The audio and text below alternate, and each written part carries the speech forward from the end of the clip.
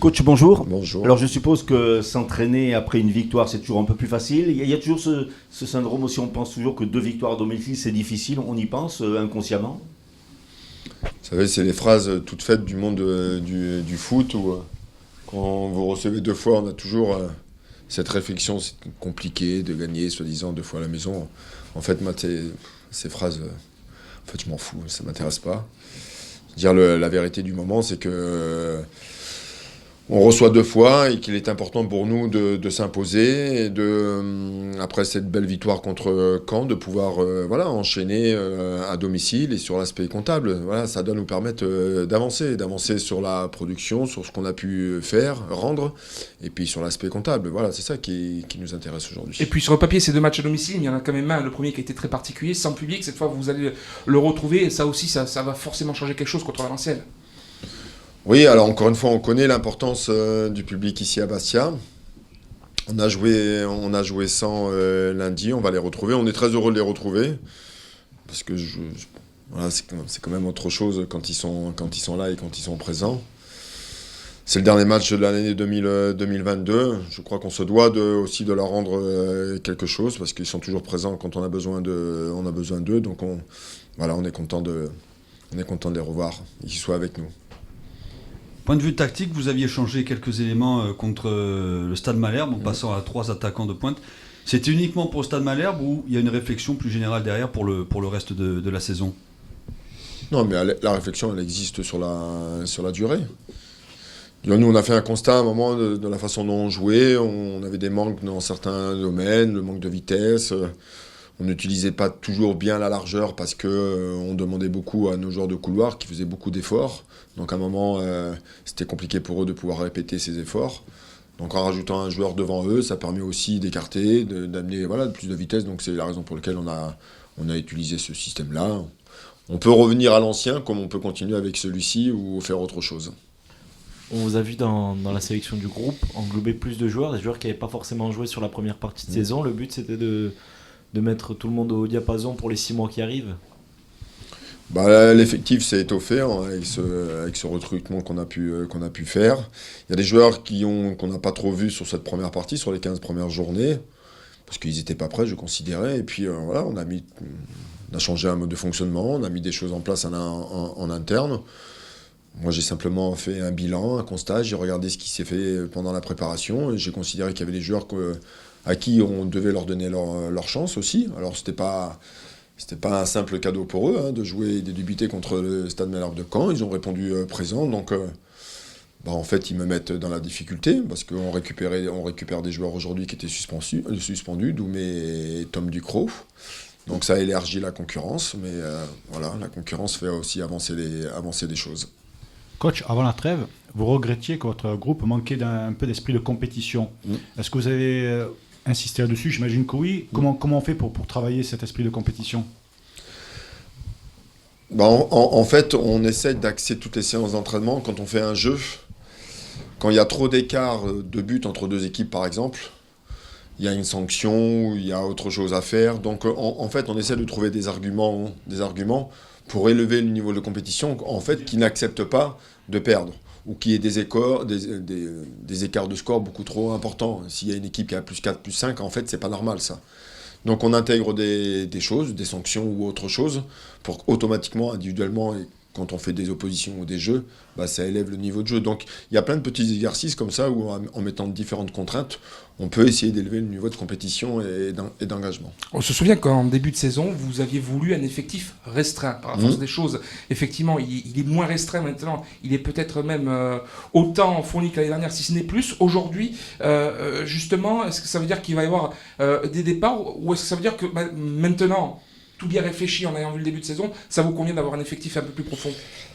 Alors effectivement, en début de saison, il y avait un groupe restreint et c'était mon choix et je l'assume totalement. Je voulais faire un groupe relativement assez homogène et qu'on puisse créer quelque chose entre nous. Il y a eu un constat de fait où il y a eu les 10 premières journées, c'était intéressant et les 5 matchs qu'on a pu jouer contre les équipes qui jouent le haut tableau, on a senti qu'il y avait des manques. Donc après ces 5 matchs, on a fait un bilan, un constat, on a regardé un peu sur tous les aspects et on a pris la décision et les manques bien sûr de l'équipe. Et on a pris la décision de prendre des joueurs. Donc effectivement, aujourd'hui, on est 25 joueurs, avec les 3 gardiens, ça fait 28 joueurs, ça fait beaucoup. Il y a la période de mercato qui s'ouvre à partir du 1er janvier. Il va peut-être y avoir des départs, des arrivées. Mais bon, pour le moment, si ça doit rester comme ça, on restera comme ça, en dehors de demandes de l'extérieur. Pour revenir un peu au terrain, comment on gère cet aspect un peu Boxing Day? Vous trouvez que c'est une bonne chose, cet enchaînement de matchs en période des fêtes? Alors, c'est une découverte, et à commencer par moi aussi, je n'ai jamais connu ça. Mais vous savez, quel que soit le jeu ou le sport, les joueurs, ils aiment la compète. Donc en fait, la date, que ce soit le 25, le 26, le 27, le 30, le 31, si on a la possibilité de jouer, on joue. Donc moi, je trouve qu'ils le vivent très bien. Il n'y a pas de plainte de qui que ce soit, au contraire. Et on est content de pouvoir enchaîner 5 jours après, même si ça reste très particulier. Voilà, c'est une découverte, mais bon, ça ne change pas grand-chose en fait. Sur le mercato hivernal, vous avez identifié des besoins ou des choses comme ça, ou vous allez vous adapter à ce qui se passe? Bah, comme je viens de vous dire, si ça ne doit pas bouger au niveau de l'effectif, je pense qu'on restera comme ça. S'il doit y avoir des départs ou des prêts, voilà, pour diverses raisons, parce que les joueurs ils sont au courant, si on doit s'adapter ou se modifier, s'il y a des départs, on le fera peut-être. Mais pour le moment, comme je vous dis, on est 25 joueurs. On va récupérer des joueurs. Un garçon comme Franck Magri retrouve le groupe depuis une petite semaine. Donc on compte sur lui dans 15 jours, 3 semaines quand il a joué normal. Les joueurs qui sont arrivés, ils manquent de compétition, donc ils vont revenir aussi dans le rythme. Donc on va pas additionner aussi, on va pas prendre des joueurs pour additionner un effectif. Je vous dis, 25 joueurs, plus 3 gardiens, ça fait quand même beaucoup. Et je peux vous assurer que pendant les séances, ça fait du monde. Sur ce même sujet, j'ai raté peut-être un épisode, mais le jeune Kanté qu'on a vu, je crois, contre la Fiorentina, il est toujours ici? Le petit attaquant qu'on a vu. Fasciné? Oui. Mais il est toujours là. D'accord. Il fait partie de l'effectif, oui, il est toujours avec nous. C'est une interrogation pour vous, lui. Hein. Et pour revenir sur le match de demain, vous recevez, comme lors du dernier match, le 5e du championnat, puisque Valenciennes est 5e. Et particularité, le 5e du championnat, donc Valenciennes n'est qu'à 3 points du Sporting. Ça veut dire que potentiellement, il y a le moyen, demain soir, de revenir sur le haut tableau. En tout cas, ce sera le premier tiers du championnat. Ça peut être une très bonne opportunité pour vous. Alors, le problème du classement est un faux problème. Par contre, effectivement, au niveau comptable, on reviendrait à leur niveau. On a un constat qui a été fait et tout le monde a prôné le bon classement et le bon début de saison de Valenciennes sur cette première partie. Et on se rend bien compte qu'aujourd'hui, après une journée jouée après la trêve, et si on les tape demain, on reviendrait à leur hauteur. Donc on voit bien qu'à travers simplement que 2 matchs, l'analyse des uns et des autres peut être totalement différente sur un match ou 2 matchs. Donc aujourd'hui, si on a le bonheur de les taper demain, on sera à nouveau à 24 points. Et 24 points en 17 journées, ça sera très intéressant. Et justement, c'est important pour vous, j'imagine, d'enclencher une dynamique de victoire après celle du match précédent. Oui, là, encore une fois, la difficulté, c'est de pouvoir enchaîner. Dire le match de Caen, par rapport à l'adversité, on a bien vu qu'il y avait beaucoup de maîtrise. Il y avait une bonne équipe en bas, en face de nous. Hein. Il y avait du talent un peu dans toutes les lignes. On a senti une équipe solide, avec beaucoup de maîtrise. Dans le domaine offensif, ils ont vraiment des bons joueurs. Et d'avoir su le gagner, c'est comme je leur ai dit. Dire le scénario nous a été favorable.